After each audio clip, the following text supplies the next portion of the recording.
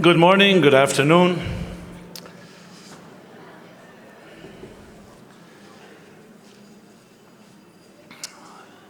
So, little Lucy is studying in school biology, the origin of our species. And she's all confused. She comes home and asks her mother, where do we originate from? Where do we come from?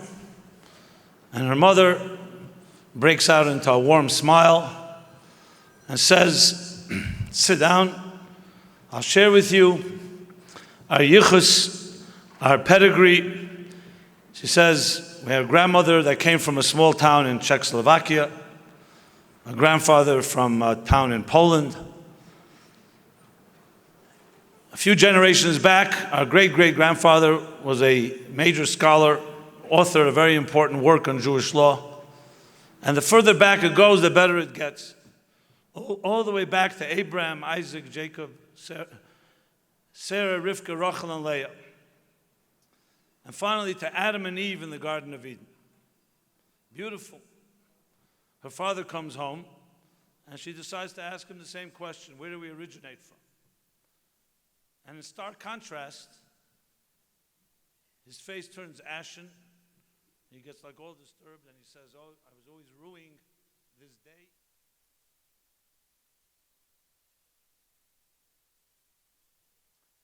And he shares, he says, well, a few million years ago, we originated from apes.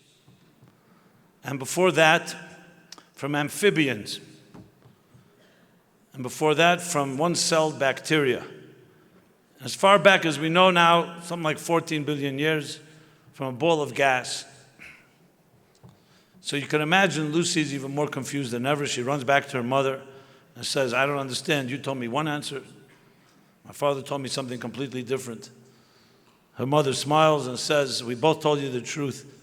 Your father told you about his side of the family. and I told you about my side of the family. There you have it. The ultimate reconciliation between creationism and evolution. You know, this whole long battle from science and religion. It really comes down to which side of the family it is. Or perhaps in a more serious note, what perspective we'd like to take. We all know when we're at our worst, we can behave like animals. Selfish, narcissistic. And we're at our best, we can behave like angels. So we do have two voices within us. One perhaps evolves from the animal, and the other that is our divine spirit that allows us to be the best possible people, transcendent beings that know how to give more than take, and all the other noble features that the human beings are capable of. And you could be the same person and really, even the same day, choose. So we talk about secret of marriage relationships. I think it's vital that we understand what makes us tick. What makes us tick? Because before we talk about love or a soulmate, first you need to know what a soul is and what is love. And there are many different interpretations. And we're thrust into this world, and suddenly we're into relationships, whatever age. I mean, we begin relationships from young age, but I'm talking about romantic relationships, teen years or later, and no one's trained us, no one has taught us. We learn from example. If unfortunately you had dysfunctional examples in your parents or other family members, that becomes your model. And if you had beautiful examples, that's your model. But no one has a full, comprehensive picture of what exactly is love, what is intimacy, what is a relationship. That's why you have so many opinions. And we really trial and error. Most of us feel almost like victims of circumstances. Depends what happened. Who you married, who you chose, you didn't choose. Many of us get very hurt. Some of us make it. Some people have beautiful relationships. Some people endure. They just better to stay together than the known evil is worse than the unknown evil, which unfortunately is a big factor. You know, we know the divorce rate is high, but there's another thing called emotional divorce. You may be technically married, but emotionally disconnected. So I want to, of course, address that in this context. I want to perhaps begin with, well, I already began, so another beginning. So I wrote a book called Toward a Meaningful Life. Some of you are familiar with it. Actually, how did I decide what chapters to include in the book? I actually asked people in the street of all backgrounds, men, women, Jew, non-Jew, people of faith and no faith, different ages, like what are the 30 most important issues in your life? And I wrote a chapter on each one of them. Of course, prominent one is a chapter on love, a chapter on marriage, a chapter on intimacy. Not necessarily in that order. And when I was writing the book, I hired an editor whose job was basically, in writing, there's 2 stages. You write your ideas, you do it longhand. It's like a film. You take hundreds of hours of filming and then you cut it down. So the good process would be, first you get all the ideas out, then you get rid of redundancies. Sometimes you do it yourself, but it's difficult as a writer to edit yourself. It's easier to find someone else whose job is just doing that. So I would sometimes write a chapter, 80 pages, and I had my editor who would take it and cut it down, take out the best version of 10 versions, etc., etc. His name was Stephen Dubner. At the time, he was a journalist at New York Times, which was perfect. He went on to become a world-famous author. You may have heard of Freakonomics. So he's the co-author of that book. But at that point, he was an editor, and he knew nothing about Judaism. He was actually born, this is a tangent, but it may be relevant a bit. He was born the 8th child of 8 children born to 2 Jewish parents who both converted independently to Catholicism. It's a whole story of its own. He wrote a book on that called Turbulent Souls. So when I met him, he knew nothing about Judaism, which was what I wanted. Because I didn't want his opinion, I didn't want his ideas, I wanted his prose, his editing skills. So I remember one night, we were working with a very intense schedule. One night, around 12 o'clock at night, he gives me a call, which we had that open line, but it usually didn't call me midnight. Something must have been important. And he tells me, you're destroying my love life. I said, what are you talking about? I don't even know you had a girlfriend. He said, yeah, you're destroying it. Why? Because right now we're working on the chapter on love. And he says, everything I'm working on is like, I look at her, doesn't fit. She not exactly lives up to these standards. And these standards are very beautiful. This is what I want. So I said, is that my problem? It's your problem. I'm not going to change the standards. It was a humorous conversation, but he really was like serious. Well, what do you know? A few weeks later, he tells me, well, we broke up, and you're at fault. So I say, are you happy or not happy? He says, yeah, I'm happy, because I realize it's not for me. A while later, he announced that he met a nice Jewish girl, and he's going to marry her. And he re-embraced his Judaism, just for the record, at the chagrin of his mother, who saw him as being, she said to him on her deathbed, you're the only child that won't go to heaven. The Jewish converted to Catholic mother saying to the boy that grew up in a choir boy in a church, and he became, re-embraced his Judaism. He invited me to his wedding, and he asked me to say a few words. I said a few words. What did I say?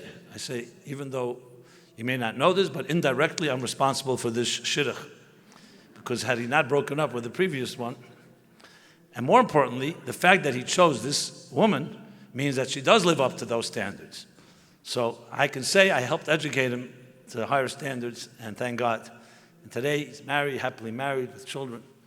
I just thought it was a good way to capture. So what exactly do I write in the chapters that so impacted him and hopefully others? So I write there exactly this thousands of year old, almost 3,500 year old secrets to how we as a Jewish people are here today. There's nobody sitting in this room that would not be here if they did not have parents. You all agree with that scientific hypothesis. And your parents had parents before them. And we're in an unbroken chain of thousands of years. So someone must have done something right. If marriages back then were the same state as they were today, there's no way it would have lasted thousands of years. It wouldn't last 5 years. So what was the secret? Did they just endure anything and they just accepted everything and just lived self-sacrifice lives without fulfillment? It's hard to imagine. So there are secrets, there are real formula, and I want to address that, of course, very directly. Some of it, as I said, I captured in those chapters, which he uses as a follow-up to what I will be saying here. So I think a good way to do this, it's always a good way, is to present something in a contrasting models, because then you can compare. So though there are many theories on love, on sexual attraction, on what drives a relationship, it's still obviously quite confusing because most people don't really have any definitive definition. But there is a prevalent, maybe the most prevalent view in the Western world on what a relationship is, or maybe more specifically, why should two people be attracted to each other and ready to commit to each other and build a home and a family. So again, I want to qualify. By no means is this an exhaustive discussion on every variation of the theories, but it's one good theory, it's a pretty predominant one, and I'll contrast that with what we'll call the Torah theory. And I'm not here to make a case for one or the other. I think it'll be pretty obvious what resonates. So the first model, I'll call it the Darwinian Freudian model. And we'll do it through the lens of a philosopher known as Schopenhauer. And what I'm going to say now will sound to you a little exaggerated, but it's not. You can look it up. And Schopenhauer writes, based on the theories of evolution, is this. The prevailing and the most powerful driving force in life, in every species of life, whether it's the vegetable world, the vegetation, the animal kingdom, or the human, is one word: the perpetuation of the species. Perpetuation. Because the cardinal rule of existence, sometimes called survival of the fittest, is that the species must perpetuate. If it doesn't perpetuate, it dies. That drives everything. And I'm sure you've read, you can read today in newspaper accounts, in articles, academic research papers, anywhere. Everything is explained with that. Why we choose the mates we choose. Why animals are always looking. The female are looking for the best genes. That's why they want the males to fight with each other to see who's more powerful. And the males look for the most nurturing genes. Everything. Even happiness. Even altruism is explained with this theory. Because for preservation of the species, or perpetuation of the species, we need to be kind to each other because we need to coexist. So everything is based on that principle. In Richard Dawkins' words, the great radical atheist, he says in his famous book, it's called The Selfish Gene. The selfish gene. The gene itself is selfish because all it cares about is me, me, me, and how am I going to perpetuate myself? How am I going to spread my seeds? So Schopenhauer, based on that, takes it to the logical conclusion. He says, okay, if that's the driving force, so let's get rid of all the smoke screens, and as unpopular and uncomfortable it may be, a relationship is actually a myth. It's all about getting male and female together to breed so the species can continue. And animals have it right. They do it efficiently, and that. Human beings have evolved into mutations, that's what he calls it, and it's a mistake of evolution. It turned into something that it should never have become. A whole process called courtship and romance. You know, by elephants or other animals, they don't need to say, hey, you want a drink? Or let's hang out, let's go to a museum, a movie, and all that, how much money has to be spent, and all the aggravations and all that. Is she interested in me? Is he interested in me? You know, the whole thing. They do what they have to do. They go through certain maneuvers, and that's it. Very efficient. The human race, we've turned this into a whole thing. Trillions of dollars. And the illusion, in his words, an illusion that we really care for each other. He says that's evolutionary trick to get two people basically to breed. And it became very inefficient because humans, their minds evolved too quickly. Their pride, they can't accept that there's just two bacteria mating, and they've turned it into a whole thing. And romance and flowers, like that ad, that city, what was it, one of these credit card ads. where you see a woman gets a bouquet of flowers, and on top it says she's thinking, was it love or was it the miles? You know? So it's a whole process, and you all know everybody goes through it. And he basically says, let's shatter this illusion called romance and courtship, because that's not what it is. It's basically the species needs to perpetuate, and humans who are mutations have distorted the whole picture. Now, I'm sure you would agree, not very romantic. You probably don't want to say this at a date. It's not a great pickup line. Hey, you want to breed? You know? But that's essentially what he writes. And obviously, as he makes it clear, no one's going to advertise this, because humans, that's exactly the point. They don't accept this version. But it is the prevalent theory, and you ask scientists, they will say exactly right. But again, it's not popular to put it this way, so it's packaged a little differently. It's packaged differently. Okay, that's one model. Let's talk about the Torah model now. The Torah model, like the stark contrast, complete contrast, says it in a few succinct sentences in the beginning of the Bible, the beginning of the Torah. And what does it say? That God wants to create an entity, a creature, in God's image, Tselem Elokim. And then the verse continues. So God created Zachar Nekeva Bara Isa. Male and female, he created them. And then, so initially they're like androgynous creature, male, female. And then God split them into two, male, female. And this is the secret to sexual attraction and love. That they're drawn to each other. They leave their families and their homes. They're drawn to each other to reconnect to the other half, so to speak, so they can reconnect with a divine image, which is only possible when male and female join together as one flesh. And then, as an addition, completely unrelated to this first point, God blessed them, they shall have children. That this sacred union will bear children. So, completely antithetical to the familiar stereotype that Jews are all about having children. It's the exact opposite. That's the evolutionary theory. It's all about perpetuation of the species. In Jewish thinking, in Torah thinking, love is an end in itself. The mere fact that two people join together is the most divine act we can do. Love is the kiss of God. And the embrace of male and female is the embrace of what we call soulmates to reconnect to that higher unity. And there's serious and far-reaching implications of these two models, which I'll address in a moment. But think of this model. You tell me what resonates. Now, I know I'm biased. Obviously, I'm coming from this second model world. But you check it out yourselves, and it's pretty obvious what resonates, what we'd like to embrace. I can't prove that Model 2 is better than Model 1 in a scientific way, but it sure feels better, and it sure makes our relationships far more meaningful. And I would be very uncomfortable to have to tell my children that, hey, we're just breeding, and I don't really love you. It's just a perpetuation of a species. I don't even think, and we all would agree that it's not even healthy. So that alone tells you if it's not healthy, then maybe it's not real, if that's the attitude. So here we have two models, and here are the implications. Model number one, the key thing is it's all selfish. It's all about me. Model number two, it's the exact opposite. It's all about you, because it's transcendence. I can't become greater than myself if I just perpetuate myself.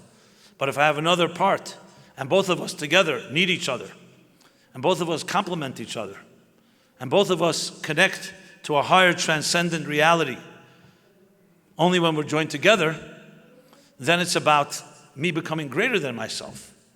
It's a very different reaction, very different way of looking at love. Love is about giving, about learning to become greater than yourself, not becoming more of yourself. That's one key difference. And there are others as well. So, you will probably remember the book, Men Are From Mars, Women Are From Venus. Very popular. Everyone laughed. So many resonating little anecdotes. But it also had a lot of stereotypes. It was a little too entertaining for my personal taste. But there was another book later written, and I recommend it. It's by Deborah Tannen. It's a series of books, actually. How Men and Women Communicate. Men and Women Talk. It's a lot, that really a different level. So I'll just share with you one thing, which is very interesting. So here's a hypothetical scenario. It's not so hypothetical, as you'll soon see. And based on your laughter, we'll know how it accurately portrays the reality. So a husband comes home from work, hard day's work, comes home, and his wife says, "So, honey, how was your day?" The response, monosyllabic, good. It was good. Anything else? No, it was good. Exactly what he said yesterday and 2 days ago and 2 years ago, since they began their marriage almost, except, I guess, from after the honeymoon. Good. Then he asks her, and what about you, my love? How was your day? And she starts going on to all the details, how she put this one in place, and she finally stood up for herself, this, coffee break, tea break, and all that. Every detail. And of course, the more she shares, the more he's dispensing unsolicited advice. Because he thinks if she's sharing, that means she wants my advice. And I told you should have always put him in his place, whatever it is, I see that only the women are laughing at that. Okay. Good. And they go out to dinner. It's not over. It gets more exciting. They go out to dinner with friends, another couple. And at dinner, suddenly he comes alive. He starts talking about all his conquests and all his successes that day, and how he made this move and this sale, and it goes on bragging about everything that he accomplished that day. The more he's bragging and the more the other couple is impressed, the quieter his wife becomes and the angrier she becomes. And he keeps going on and on till a point where everybody sees the deafening silence of his spouse is very clear, very loud. You ever deal with the silence of your spouse, of a woman? What do you think is worse, a tantrum or is it silence? Of course silence, because tantrum, at least you know what she's thinking. Okay. So there it is, the silence. It's very clear something's wrong. He has no idea, because he doesn't have a clue. They say about computers, are they masculine or feminine? So one of the arguments that a computer is masculine is because it's full of data, but it's clueless. So he's clueless, and there she is, real angry, and he has no idea. And she starts making with her eyes, she was signaling to him. So they go out to the powder room or whatever. She says, "I want to go home. We're having a great time. The main course hasn't even been brought. And I want to go home immediately." What happened? With everything beautiful. We're sitting, beautiful dinner, beautiful place. He has no idea. "I'm going home. Either come with me or you stay." Obviously, he's not staying. So they come back with some cockamamie excuse, some emergency, and they're off. Now, if the silence is deafening there, you can imagine what it's like on a long ride home. So silence is bad, but imagine silence in a car ride for 2 hours. I don't know if it was 2 hours in this case, but no one talking to you. They come home. So here Deborah Tannen says there are two scenarios. Either what usually happens is they both go back in their own corners, they go back to life, and this will repeat itself many times. Frustration will be there. It may undermine the marriage, it may not. Maybe they just get comfortable with this discomfort. Or what should happen, and what could happen, is that they actually talk about it. And what would she say?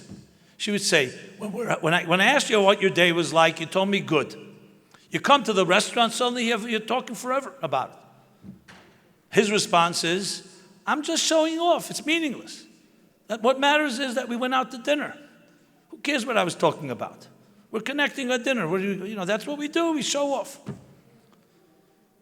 For the woman, she says, "When I shared with you what my day was like, you're giving me advice. All I want to do is share with you. I love you. I want to share my day." And he says, "I didn't know that. I thought if you share with me, it means you want my advice." And she concludes and says, basically, that men and women communicate differently. This is her theory. Because they grow up differently. Little boys bond by doing things together. They play war, they play this, they play that. And girls bond by talking to each other. So the talking itself is a connection. It's the environment, it's a relationship. Men, when there's talking, if they do talk, they think it's about, you want my advice, you want my opinion, because you think I'm smart or something. And for a woman, talking is a relationship. For a man, it's actions. They went out to dinner. It doesn't matter if we don't talk. The fact we're just sitting, the man thinks that's an intimate connection. Or as they like to put it, that's not her words, but somewhere else it says, others say, that for women, love is a state of being, a noun. And for men, love is an action, a verb. Now I'll tell you this. Many men who read her book come home to their wives and say, you know what, I'm not so bad. I'm all like all other men. We all say good, you know?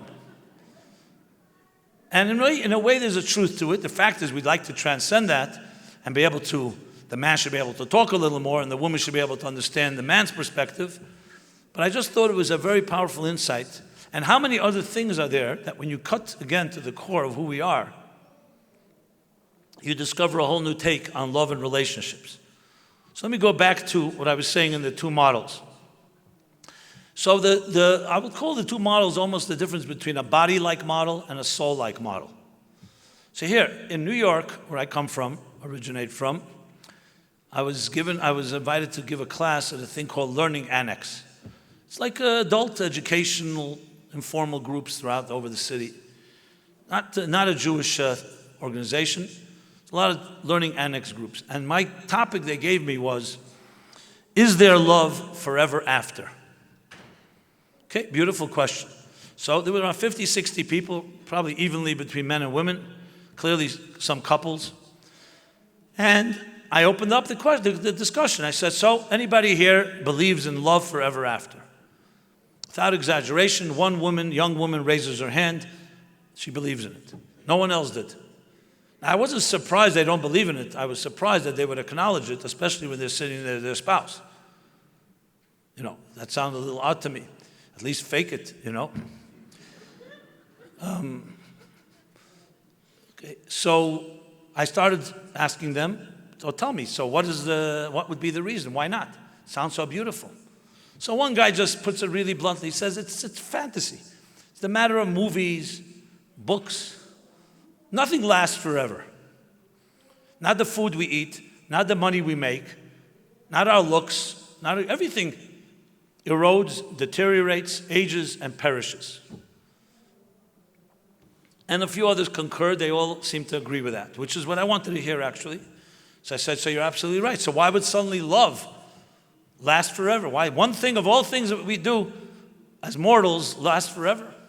Okay. So I said, you're right. But here I want to introduce another ingredient into the equation. So generally speaking, in relationships, you talk about compatibility. So there's three basic compatibilities that everybody can relate to. One is physical compatibility. Two people are attracted to each other, physically, sexually. Then there is emotional compatibility. That's a little more than that. Why? Because you can fall in love with someone that looks in a model in a magazine, and then you meet them and there's no one there, you have no emotional connection. And then there's intellectual compatibility. You share ideas, you share ideologies, even. You respect each other's intelligence, there's conversation, there's argument, whatever. Okay, so I said this to the group, and I said, so what do you think? So one woman says, if I had one out of the three, I'd be happy. You know? 2 out of the 3 would be perfect. 3 out of the 3 is a complete miracle. Okay, interesting. So I said, well, let me throw in a fourth. We're already there, might as well throw in a fourth ingredient. And we'll call it spiritual compatibility. What is spiritual compatibility? Simply this, two people who share a vision together. A vision. What kind of mark they want to leave in this world. What kind of home they want to build. What kind of children. When people come into their environment, what vibe do they want to give off? That's the fourth. And the fourth is completely different than the first 3. The first 3 are important. They're vital.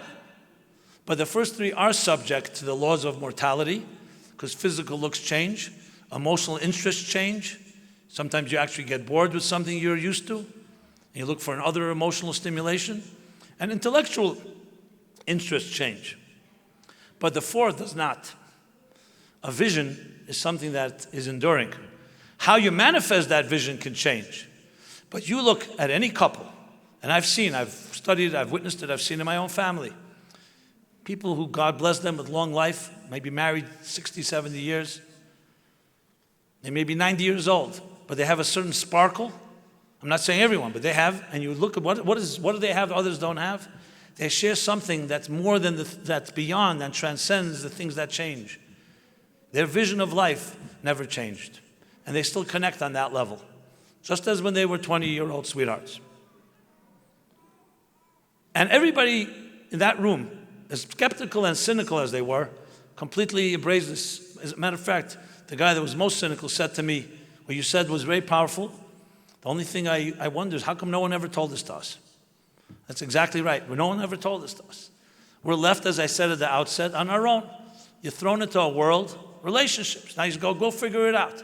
Which teenager can figure anything out? And the hormones are working. The attraction is there. And it's not like you could just sit down and go, okay, I'll go for a course on love and relationships and then I'll get back to you. So we're thrust into it. And then once we experience it and we lose our innocence, so to speak, then whatever happens, happens. And if you're lucky, you're lucky. And if you grew up in a good home, as I mentioned, a good nurturing environment, great. And if you didn't, too bad. And then all kinds of things happen in the relationships. But imagine if we could train and educate our children from the youngest of age. Obviously, when they're capable of understanding. Well, they're even capable from the earliest age by seeing nurturing, loving parents. So if they saw all these four compatibilities, but especially the fourth, from the youngest age, and then you teach it to them very deliberately, not just by accident or you expect them to go find it somewhere. It's a whole different way of looking at the human being. Because you know what other thing they'll be exposed to is the other model.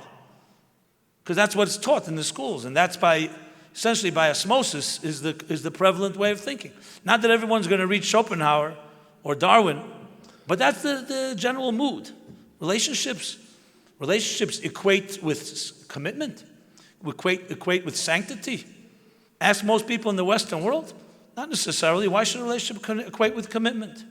Maybe just about mutual sexual pleasure, which maybe is not exactly Schopenhauer's words, but it basically comes down to me, and that's when it's over with. Why should I be committed? I know a guy, he came to me so proud, he says, I finally mastered a relationship where I have no commitment. So I said, really, that's very admirable. What does she think about it? She says she doesn't know yet, Okay, beautiful.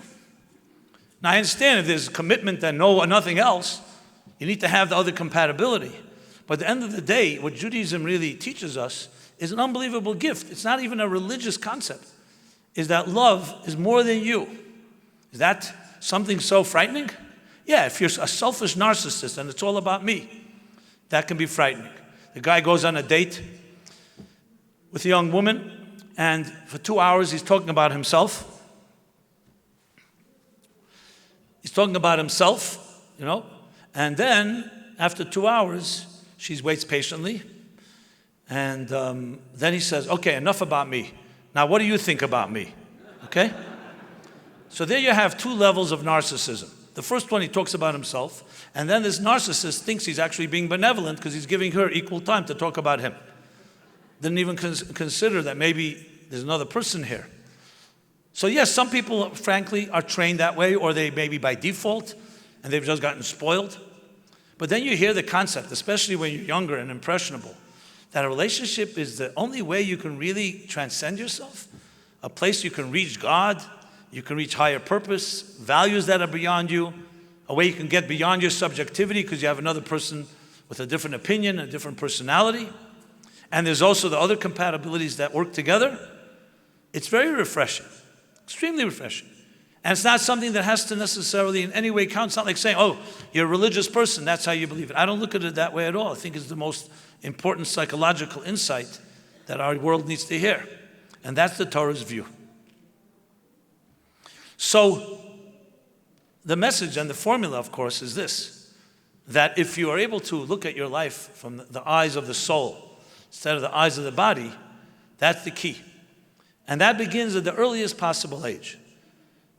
But it's never too late, because we can be adults. And even if we have distorted views, and we all have some, including myself, But when you look at it, you learn things. When you look at it from the Torah point of view, you discover that a relationship has that sanctity. And commitment is not just a side effect. It's not like, who said it? Marilyn Monroe. I'm not sure exactly why I would quote her in this context, but why not? You know? So she said, so what did she say? She said that women have sex in order to marry, and men marry in order to have sex. Okay, great. That fits into model number one, obviously. From a Torah point of view, commitment is not a dirty word. Commitment is the natural outgrowth of transcendence. You're committed to something greater than yourself, and it happens to take the shape of your partner, your spouse, and also the other way around. And none of you are more than the other. Everyone complements, and both together connect to a greater reality, what we call God, the image of God. I really never found a more eloquent and more romantic view on love and intimacy and relationships. And it's a gift that was given to us. And in many ways, it almost demystifies the mystery. Because at the end of the day, sexuality, intimacy, love is a mystery. But now you realize why it's a mystery, because it's exactly that. It's godlike. It's not man-made. Things that are man-made are not mysteries. You can pretty much figure it out because men created it. Human beings created it. This indeed is a divine creation. Only a God could have come up with such a thing. To put two people together, strangers, and expect them to love each other, as different as they may be. But he gave them a gift, God, and that is the power of your soul to transcend yourself. And that is the key. Then any argument that comes up, I'm not saying arguments won't happen, and there'll be many tensions, but there's something to work with. I'll give you an example. When I sometimes counsel couples getting married, and even secular couples, who want to have some sense of what a Jewish marriage is like. So I give them the basics, what a Jewish the structure of a Jewish marriage is: Shabbat, kashrut, mikvah, sanctity to sexuality. And everyone grows in their own way, but at least have an awareness that marriage is more than just a contract. There's a sanctity to it. And I always suggest, completely optional, I said, you know, now you're going into a new relationship, a new marriage, a new beginning. Why don't you take upon yourself a few commitments? Like what? Every, let's say Thursday or Friday, whenever you like, an hour a week, study something together, something you enjoy. It could be something from the Torah, it could be something spiritual, anything that really you enjoy, but you commit to study together. And maybe once a month, host something in your home that is like an event, have a speaker, or just friends together. It's a nice, warm evening. A couple who I suggested this a few years ago, called me a few years after their marriage, and they told me they want to share something with me. They said, our marriage, after a while, we loved each other, but it went south, went bad. He was too busy, she was involved in her things, and they grew apart, to the point they were literally at the stage of divorce. But the only thing they maintained, they didn't even speak to each other. But since they made the commitment that on Thursday evenings they would learn together, that's what they did. All week was silence. They all found different things to do. They didn't even see each other. But Thursday they would get together because they made the commitment. They said that commitment we made Thursday was what saved our marriage, and based on that we rebuilt it. What happened? That one thing they did was not about them. They made a commitment, something that wasn't about them. It wasn't we go to a nice restaurant. We're going to enjoy company. That's beautiful, but still about you.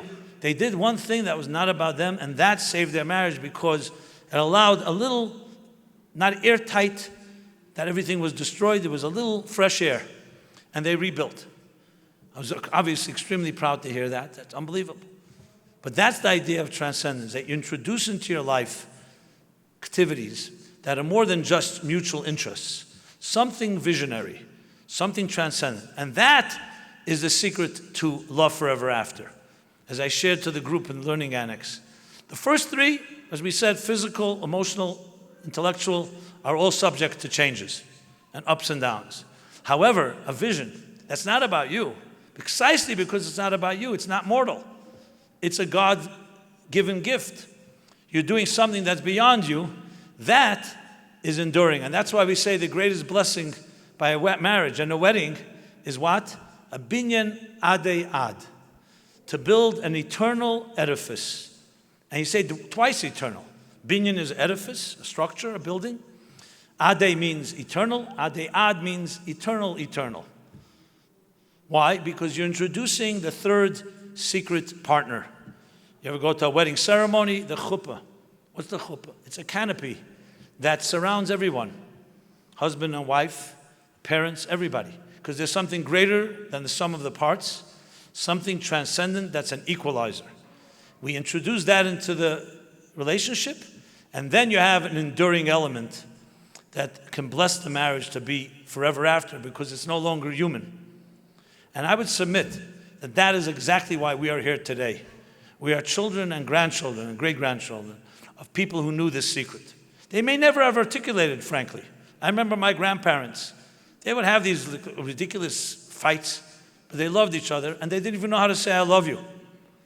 Not in English, not in Yiddish, and not in Russian.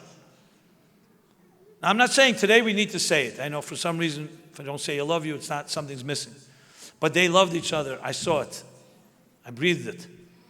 It was an innocent world. There's no question that generations had that vision. Maybe it was due to our oppression. You know, when you're suffering and you're being discriminated against, it forces you to strengthen your inner world and your inner life, because you have nothing but transcendence. Today it's more challenging because we have too much leisure, which is a blessing. We have a lot of comforts. And comforts tend to cause people to wander and forget, and is not a good ingredient to crystallizing your value system. I don't know South Africa that well, but in the United States, America, you ask young people, tell me, what are you ready to fight for? What are you ready to die for? I don't mean physically die for. They'll usually tell you either a video game or sports or something like that. They won't even consider the option, some transcendent vision about life. It's not something you're trained to think about. Fight for money. I want to be really rich. Why? I could do everything. I mean, it's almost primitive if you think about it. So yes, in times of difficulties, you tend to crystallize your values. And today, with ease, we're comfortable. We've learned the art of doing nothing. There's a guy sitting on a bench, an old Jew, and he's all depressed. His friend comes over and says, so Yankel, why are you so depressed today? My wife is very angry at me. What's new? She's always angry at you. No, today's something special. What happened? This morning, she was going to work. She asked me, what are you going to do today? And I said, nothing. Another monosyllabic answer. Nothing. So she said, you said that yesterday, that you're going to do nothing. So I told her I wasn't finished, I wasn't finished doing nothing. So we live in a world where nothing has become some type of virtue. I'd like to be a couch potato and not feel guilty. That's what people feel. Human beings by nature are pulsating with a heartbeat, with breath, a soul that's constantly restless. And some people are looking to figure out how to destroy and numb our restlessness. A relationship is anything but numb. It's all about restlessness. But a healthy tension, a healthy angst, if it gets too extreme, obviously, that's not healthy either. But you need a certain give and take in life. That's what that's what brings out the best in us. So, my friends, we have, thank God, a formula that's thousands of years old. It's been forgotten in many ways, but it's still beating inside each of our chests, and it's right there for your taking. Just a matter of opening yourself up to new perspectives, and they're actually not really new. They've always been there, but they're just trapped a bit. They're trapped. And whoever you are in your life, whether you are in a good relationship, this message has a tremendous way of enhancing it, because relationships have to always be maintained and grow. And if you're in a bad relationship, do not give up. There is always hope, because the soul is beating inside you, and the same within your spouse. You have to maybe have a third party to help get beyond the immediate and try to reintroduce or introduce for the first time the transcendent, that fourth level of compatibility. Everybody, by birthright, has a right to have a vision and is capable of finding one. It's not as complicated as you think. What's complicated is our routines. We're used to things. So we're into patterns and habits, and it's hard to break out of a routine, even if it's an unhealthy one, and even if it's destructive one. So that's the effort. You have to break through. Those of you that have never been in a relationship yet or you're looking for, so I extend my blessing to all of you actually. Those that have one should only enhance it and become the healthiest type of thriving relationship. And those that have to find their soulmate, it should be done with the least amount of aggravation. And I want to conclude, because I've written so much about this, and I know a talk is only a talk, you can only say that much. If you want more on this topic, check out my book, Toward a Meaningful Life. I was just told as I was walking in here that the books have arrived here in Johannesburg at the Kollel bookstore. Is there such a thing here? I think that's what they said. I think available today or tomorrow. Or you can find it online. And also, please visit my website, meaningfullife.com. Very easy, meaningfullife.com/live. And you can find a whole bunch of, we prepared a bunch of free materials and subscriptions that you can take advantage of. And please see me, even though I come from another part of the world, we're one family. Souls are connected. You know, bodies separate us. And for me, it's the greatest honor to be able to intersect with the journey of other people's souls. It's been very gratifying to be here for that reason. That's how I always look at things, that every community has its powers, and to meet new people or people I know, and just have that majestic synergy of different ways of looking at things, and yet we're all part of one larger picture. That's a vision way of looking at life. It's been a great pleasure and honor, so I want to thank you all for that. And as I said, I hope that each of you find your spiritual destiny and find the person to share that journey with you, and realize there's much more to life than the immediate instant gratification, that you have a great, great mission and a great, indispensable contribution to make to this thing called the history and the story of life. Thank you very much.